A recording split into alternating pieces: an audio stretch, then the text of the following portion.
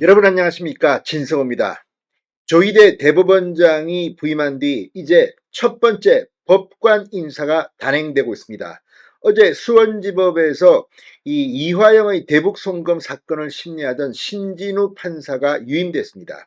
자, 이재명의 가장 취약점이라고도 할 수 있는 쌍방울 김성태 전 회장이 연루된 대북 송금 사건의 재판장, 이화영 전 부지사는 계속 이 재판관 기피 신청을 하고 있지만 결국 신진우 판사가 맡기로 했습니다. 자, 그런데 오늘은 서울중앙지법에서 법관 인사가 있었습니다. 자, 방금 전 동아일보의 단독 보도입니다. 단연 관심은 이재명 재판입니다. 무엇보다도 대장동 백현동 성남 FC 뇌물 의혹 사건을 심리하고 있는 바로 김동연 부장판사입니다. 결론적으로 말하면 그대로 김동연 판사가 이 재판을 끌고 갑니다. 자, 조희대 대법원장이 부임한 뒤 재판 지연 이걸 완전히 뒤바꾸라고 했습니다. 실제 지금 법원장, 일선 법원장이 직접 재판을 맡기도 합니다. 이런 가운데 지금 이재명 재판 3개가 있습니다. 그런데 이 가장 중요한 게 바로 대장동 백현동 성남 FC 뇌물 의혹, 그러니까 뇌물죄, 배임죄, 이게 선고되면 만약 이재명 대표가 유죄 판단을 받는다면 형량이 엄청날 겁니다. 자, 그리고 또 하나 선거법 재판이 있습니다. 이거는 벌금 100만 원 이상만 나오면 국회의원 배지가 날아가고 선거 출마가 제한됩니다. 자, 이 재판의 판사는 바뀌었습니다. 그런데 이 판사의 정체, 그러니까 국제인권법 연구회 회원이라고 합니다. 그렇지만 이 판사가 그동안 내렸던 판결들을 분석해보면 특정 정치 성향에 치우치지는 않았다는, 그리고 이 국제인권법 연구에서도 활발하게 활동한 것 같지는 않습니다. 그럼에도 불구하고 상당히 긴장을 하게 됩니다. 또 하나 관심은 이재명 대표의 구속영장을 기각했던 유창훈 영장전담 부장판사의 거취입니다. 바뀌었습니다. 이제 유창훈 판사는 영장 심사를 하지 않습니다. 다른 단독부로 갔습니다. 자, 지금 서울중앙지법의 법관 인사, 지금 귀초가 주목되었는데 이제 그 실체가 드러났습니다. 어떻게 변했을까요?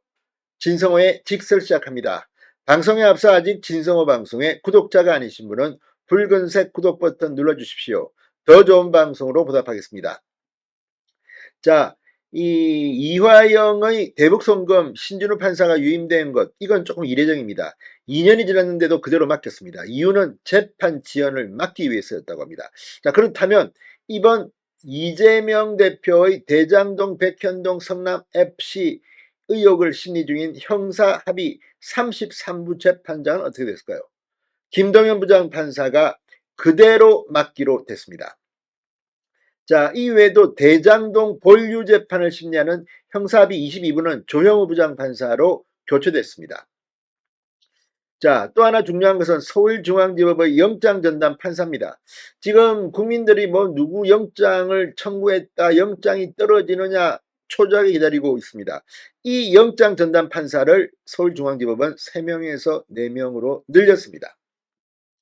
김미경 30기, 김석범 31기, 신영희 32기, 남청규 32기 부장판사가 영장 실질심사를 맡기로 했습니다. 법원 관계자는 지난해 수사기관의 영장 청구 건수가 30%가량 늘어난 점을 고려했다. 그러면서 이재명 구속영장을 기각했던 유창훈 부장판사는 민사단독재판부로 자리를 옮깁니다.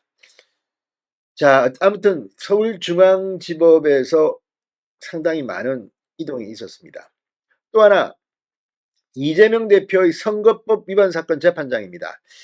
이 진보 성향 법관 모임인 국제인권법 연구회 소속 판사가 맡게 될 것으로 보입니다. 서울중앙지법에서 이 인사를 통해서 밝힌 바에 따르면 이 중앙지법은 올해 사무분담안을 확정해 공지했습니다. 사무분담안에 따르면 이재명 대표의 선거법 위반 혐의를 심리하고 있는 형사합의 34부의 재판장은 한성진 부장판사 30기가 배치됐습니다. 한 부장판사는 2011년 국제인권법 연구회에 가입해 현재도 회원인 것으로 알려졌습니다.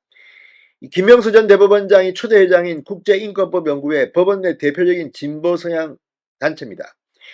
이 한 부장 판사는 다만 연구의 활동에는 주도적으로 참여하지는 않고 있는 것으로 전해졌으며 판결 역시 어느 한쪽으로 치우친 성향은 아닌 것으로 파악됐고, 경력 등을 감안했을 때 중요 사건이 배당되는 형사비 34부를 맡을 이 적임자라는 것은 판단이 됐다고 동아일보는 분석했습니다. 자, 어쨌든 지금 서울중앙지법의 이 판사들 법관 인사가 끝났습니다. 김명수 대법원장 시절에는 뭐 김미리 부장판사 뭐 이례적으로 계속 맡겨가지고 조국 전 장관 관련 재판을 질질 끌었다. 뭐 또 뭐 이 문재인 청와대의 울산시장 선거 개입 사건과 관련한 재판부 역시 4년째 1심 판결도 안 내놓고 무리를 빚었습니다. 이제 좀 더 스피디하게 하기 바랍니다. 무엇보다도 이제 이재명 대표는 총선에서 뭐 당선될지 떨어질지 불출마할지는 아직 확정적이지는 않습니다. 그렇지만 일단 인천 계양을에 공천을 신청했고 면접도 봤습니다.